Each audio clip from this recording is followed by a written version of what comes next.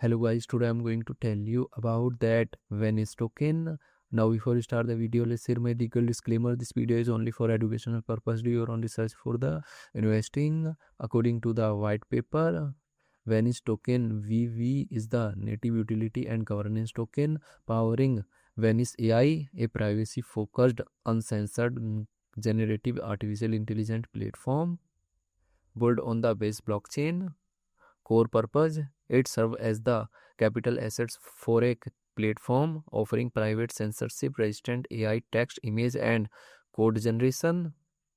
Deflationary engine: the token employs aggressively buyback and burn mechanism funded by subscription revenue, permanently reducing supply. Access key: staking VV grants users proportional access to the platform's AI interface capacity and the ability to mint stable API credits. Venice project institution rating is 4.2. Venice token total supply is 80.61 million and circulating supply is around 47.37 million VVV token. VVV token is listed on popular centralized exchanges like Coinbase, Binance Alpha, Bybit, KuCoin, and other exchanges. If I share my opinion with you, then this project up to 90% chance is that it is a legit or good project. So guys, don't take my opinion as a financial advice. Do your own research for the investing. Thanks for watching.